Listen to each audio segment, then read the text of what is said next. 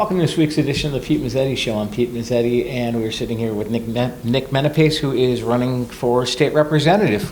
Welcome. How are you? Good to see you again, Pete. Good to see you again, Nick. How's the campaign going? Oh, it's going great. We are leading the state in doors knocked, which is amazing. Okay. We've had, over 13,000 doors knocked, and I've figured out that I've done over 700 miles on my bike, which is awesome. Wow, good for you. Good for you. So, why did you decide to get into politics? Well, it was we talked about last time. It was like, I'm a social studies teacher, and that's what I've always been really passionate about. I've always grown up with that really strong idea of like civic duty and civic involvement. And to me, this is kind of just that next step. I would think it was always something that I thought like, oh, maybe that's something I'll do one day. Mm-hmm. And 2 years ago, I kind of jumped into it, and then this year, I've definitely jumped in with both feet. I've loved being involved in politics in this way, and it's in a great community like East Lyme, and I've absolutely loved it. Now, what is the districts you're running for state rep? What towns does it cover? Yeah, it's all of East Lyme, and then it's part of Salem and Montville. Okay. For years it was just East Lyme and Salem, but they had to make the district a little bit bigger for population. Sure. But Montville is a great town to be adding into it. I love the people over there. I've loved being able to. I've met some amazing people who've come out and helped me door knock. I've talked about like certain issues over there, and I always love seeing just different perspectives. Mm-hmm. And a lot of times where I am in there, a lot of people, they do have a different perspective than I'm seeing in East Lyme or in Salem, and it's always great to have that. Right. Now, as far as your campaign platform, let's talk about a little bit about your campaign platform and what you stand for. Yeah, I mean, we've talked about this a bit, but, the environment's one I've been talking a lot about this week. I think there's a lot more that we need to be doing at the state level. I can't tell you, how frustrated I am that a climate bill has allegedly been at the top of the agenda the last two sessions, and neither time has it passed, and that's really frustrating. I think there needs to be a lot, this isn't just because East Lyme's a shoreline community. I mean, this is about the future. This is about all of us. Right. And that's something I've been talking a lot about this week. Top of that, you get into some of it for talking about housing. That's a big one that I really love to talk about. Mm-hmm. I think we need to be doing more to meet this nearly 100,000 houses that we need to be building in East Lyme. And I always talk about the biggest things we need is we need to be building the right kind of houses. We need more accessory dwelling units. We need more mixed use housing. We need more, I'm going to call it like infill, that missing middle housing to be able to make up part of that. And that kind of ties in really closely for me for infrastructure. I think that there's a lot that we can doing, and this does environmentally and housing wise, to make our communities denser, to make there more walking area, to make more bikeable area. And that's not just because I'm riding my bike everywhere. It's just that people want that. Right. And that's always the thing that's driven me a little crazy sometimes. I talk to so many people that they want that. They want to feel like they can safely walk around their community. And it just doesn't seem that the investment is coming in there for it. Now, what are some of when you're out door knocking, what are some of the topics that you're hearing from constituents and people? Well, definitely the three I just mentioned. Another big one is energy, and I find that that's one that can be, I don't want to say frustrating, but I think a lot of people do express an extreme amount of frustration. And for me, it is stuck in that idea that we often don't even know what we're necessarily angry. We're angry about how prices, but we don't necessarily have the idea of how to fix it. And to me, I think I talked about this the last time I was on, about it needs to be that confrontation with a group like Eversource, because they essentially have a monopoly in this state. There's really not enough strong pushback from the legislature to make a real solution to this, and it seems like all we really get instead is finger pointing, and people are frustrated. They don't understand why their electrical bills are so high, and I think that's a very good point, because we're paying far more than, say, Norwich, people who live in Norwich under Norwich Public Utility or Groton. Right. They're getting their rates cut, and yet the rest of us are paying huge amounts because, Eversource is a private company. Their goal is to make as much money as possible, and that's not to the benefit of the average person. Right. Now, Groton Utility has their own public, their own electric company. How's that work? It's privately owned, or it is a public utility. Right. It is owned by the town of or the city of Groton. Same thing for Norwich, and one of the ones I was like is Norwich. It's not even just in Norwich. It's Basra is also part of that, and one of the legislation pieces that I would have loved to see pass last session, but unfortunately didn't get enough support in the Energy Committee, was this proposal by Representative Bumgarner, who proposed that we should allow municipalities to start forming their own public utilities again. Okay. We should allow, because currently they're not allowed to do that. These other two are kind of grandfathered in. Right. And if not form their own ones, they should be able to join existing ones. Like, that's always something I know, talking to people in, especially in Montville and Salem, because they're right next to Bozrah, that they're like, why couldn't we be part of Norwich Public Utility? Right. And it's like, you're right, there's not a really good reason, but the reason is that, we agreed to deregulate 20 years ago with Connecticut Light and Power, and we're kind of all bearing the consequences of that. Now, as far as the public utility goes, how many people are in the public Norwich public utility area? Not many in that one. It's pretty much just the city of Groton and then Norwich, and then obviously Bozrah is not a high population area. Right. And we have a couple other throughout the state, but overall, like I said, almost every municipality is their only real source of energy is through Eversource, or Right. I think in the other part of the state there's another one, but functionally it's a monopoly. UI. Yeah. United Illuminating down in the New Haven area, Yes. downstate. Yeah. Now, as far as you and I were, when we were together, we talked about one of the issues of one of the landlords that were raising Yeah. rent. Can we maybe yeah. talk about that again? So we have successfully formed a fair rent commission in Okay. East Lyme. All right.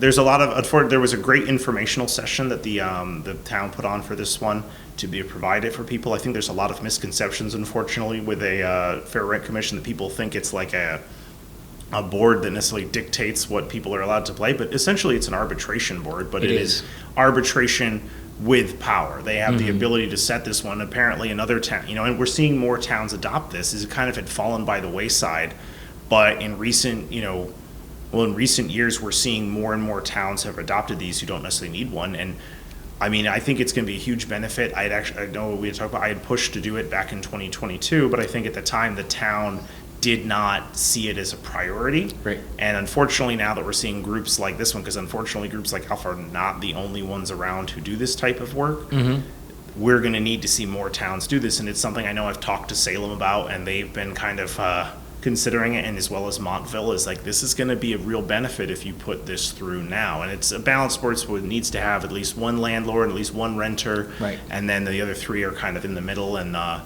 I think it's going to do a lot of benefits for the people there, because like I said, they're dealing with huge problems, and this is a huge negative on our community. I don't think anyone wants to live in a place where they feel like a group can come in and essentially just evict everyone Right. for no reason. Right. Now, as far as the fair rent commission goes, obviously you guys are looking to form one. And So they have officially formed. They're going to be have, swearing. okay. There Okay. will be swearing them in soon. They have members I of the believe public, it's if it's not next week, I believe it's the early in November. They will be swearing them in, and Okay. they'll have their own commission. It's kind of a little bit of new ground for us, but we're able to take it for some of these other towns. But Right. like several other ones have adopted ones that are under that. What is it? It's like 50,000 people. If you have more than 50,000 people in the town, you have to have one as part of Right. the state statute. But more and more towns that don't meet that are adopting them. Right. And I said, I think it's going to be a real benefit to the community. And we're trying to read out that this isn't just about Windward Village. I've talked to a lot of people who have been frustrated that they're, the groups that they're renting from are just raising their rent for seemingly no reason. Right. And at least one that they're not given, and they would like to be able to understand this better. And like I said, this is one too, that it's not like a method to punish landlords. This is a arbitration thing. This is Right. people that we're going to try and come to an agreement on to make it work for everybody.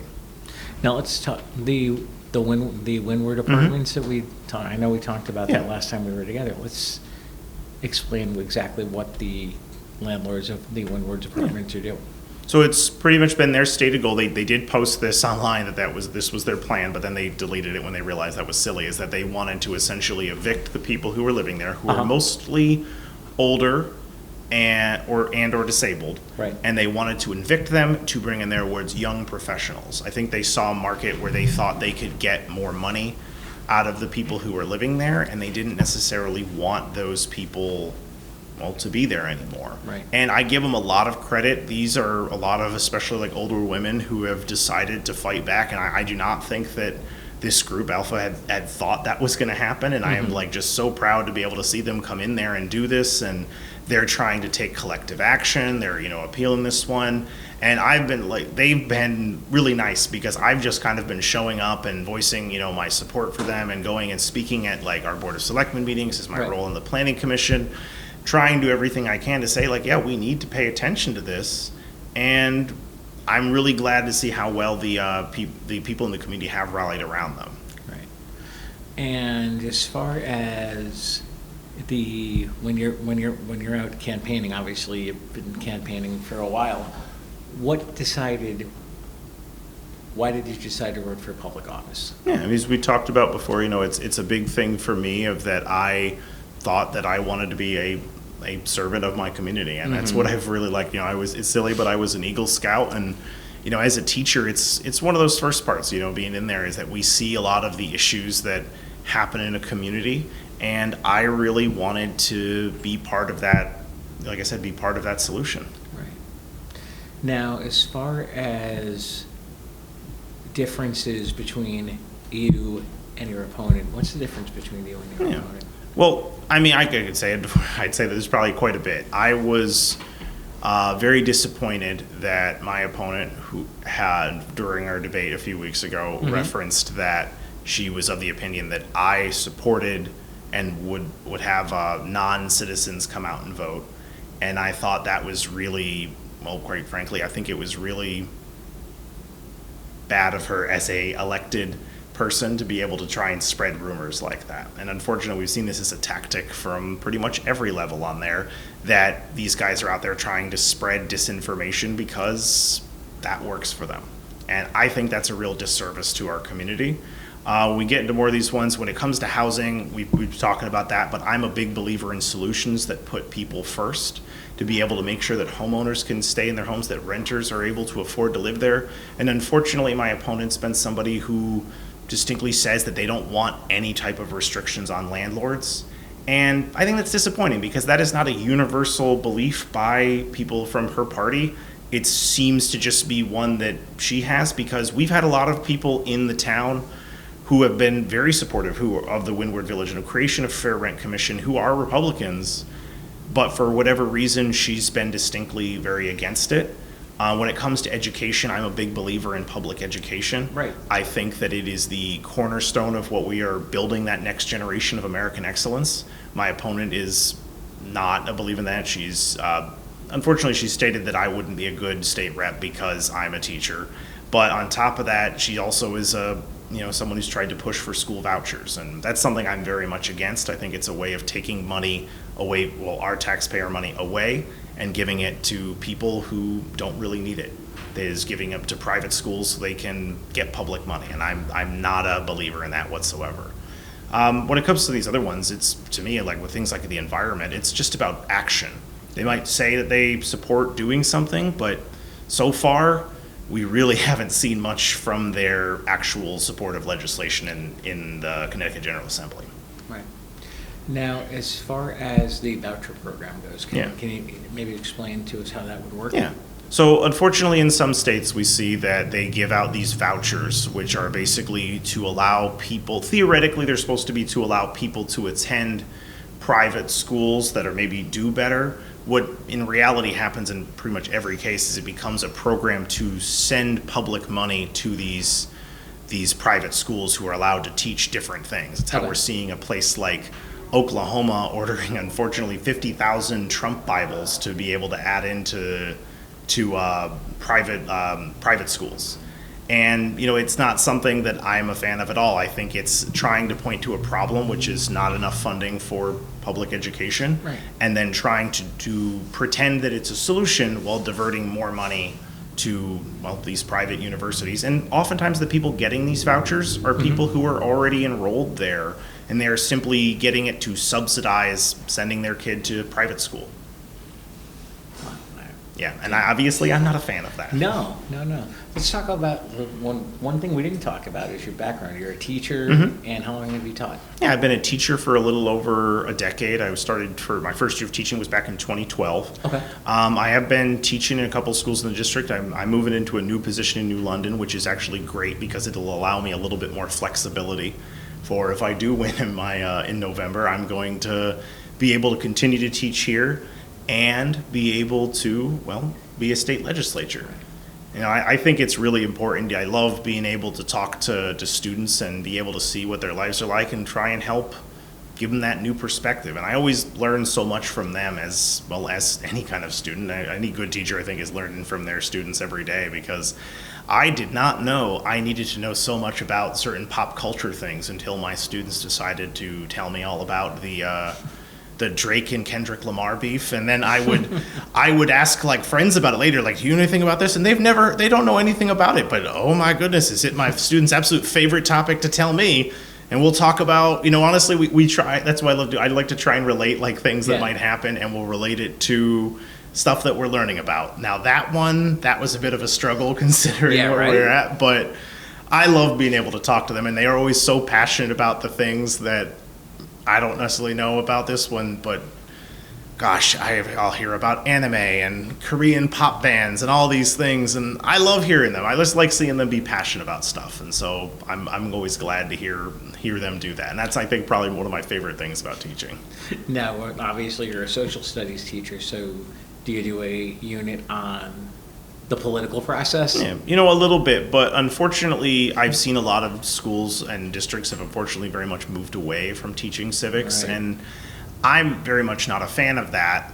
I think that it unfortunately causes the kids, and when they come to adults, don't really understand some of the things that are happening, and that's not their fault. They just don't know, and unfortunately, there really does seem to be a de-emphasis on some of these topics, and I would love to be able to see us do a better job of. And I've yet to meet someone who seems to disagree with that out in the public. That we should be teaching kids more about civics, and I'm not just talking about the president and these ones. A lot of this is just that idea of civic duty, the idea of local government and what that does. And one of the kids, they had the favorite time they had is when we talked about law and rules, like the rule of law and how different things work. They're trying to figure out who decides what their school lunches are, but they're passionate about that. They want to know.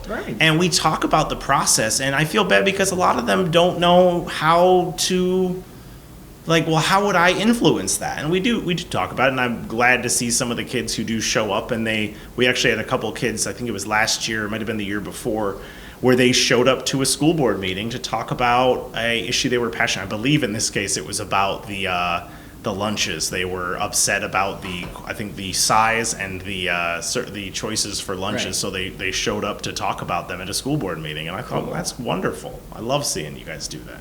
And obviously the school board listened to them. Yeah.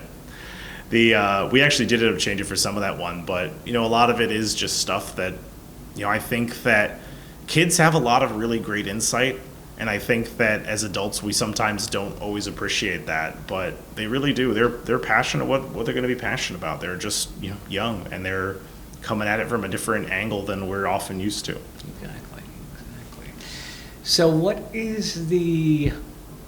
else is going on in the campaign as far as we got a couple more, we got about 2 weeks till Election Day? Early voting started this week, which I'm sure yes. it is, and we have had a fantastic turnout in East Lyme. We have had, I'm assuming it's over 2,000 as of today, because as of yesterday, it was over 1,700 people had come out to vote in the first 3 days of it. And just to keep in mind, 2 years ago, that's for the whole 37th district, that's not just East Lyme, that was 12,000 people came out to vote. Total. Yeah. So if we already have almost over 2,000, that's a huge part of that. 1/6 of the people have already voted, and we're only in the first 3 days of early voting. Exactly, out of another week and a half. Yeah, and so that's for my campaign, we've really kicked into that for, I guess I would say for the get out the vote mode is we're telling people you can go vote right now, and people really are seeming to like that. I think for a while people didn't really understand what it meant. A lot of people ask me, it's like, well, can anyone? I'm like, yes, anyone can do it. You can show up and vote, and it works just like on election day. You're gonna basically just go in, they're gonna like check your name off, Yep. and you're gonna go vote. The only difference is that we end up having some slightly different rules about holding on to the ballots because they don't go into the machine until Nope. later. It's the same thing for, we talk about they have the absentee ballot, Yes. no excuse absentee ballot referendum. Well, officially it's not a referendum because we don't Right. do referendums here. Right. But I'm a big supporter of that too, like just any way we can try and get people to be able to vote is fantastic. And we've Right. seen that, especially with something like absentee balloting, it's honestly much more secure than even in-person voting. We have, a tremendously low rate for any type of suspicion of ballots, and it is one of the unfortunate things because I've unfortunately seen it take on a partisan thing where Yep. some people are accusing it of being fake or anything, and it's kind of ridiculous. I mean, almost every other state does early voting.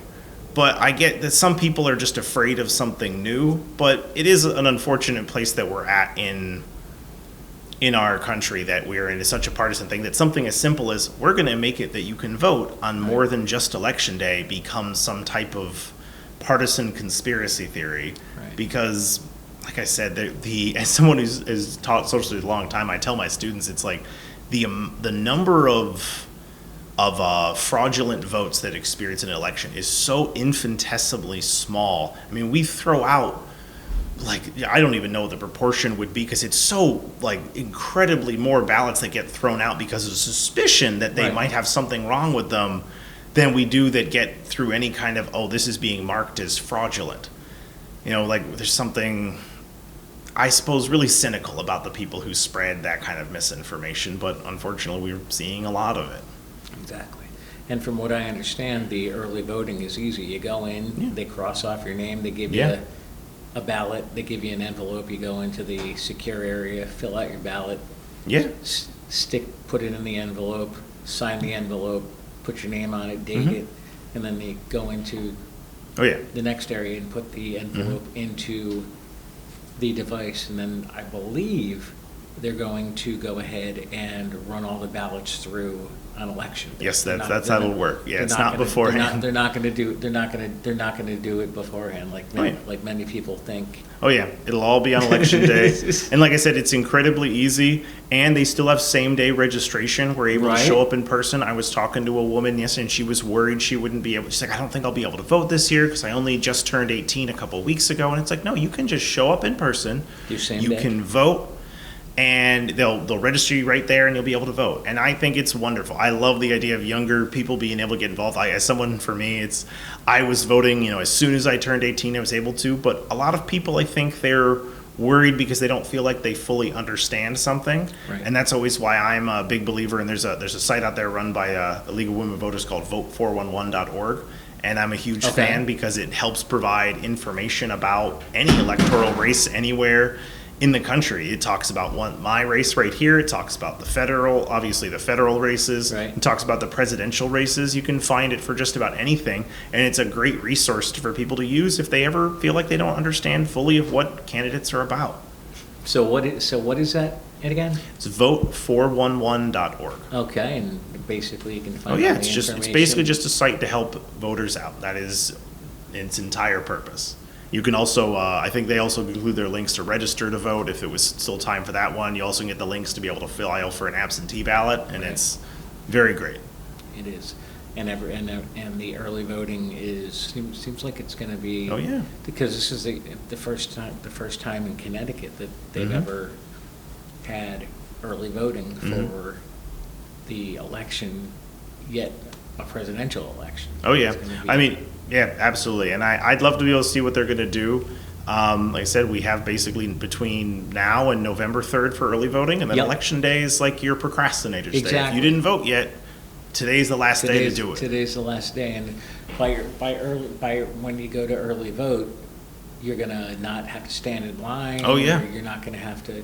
It's basically super easy and Mhm. super quick, and who knows what election day is gonna be like Oh, with yeah. the lines and all the people that are gonna Yeah, and it's great, you say, because if you ever find a day where you feel like, oh, it's too long, you can come back the next day. Exactly. And I know that in the town I live in, I was in the town hall the other day, and they were early voting.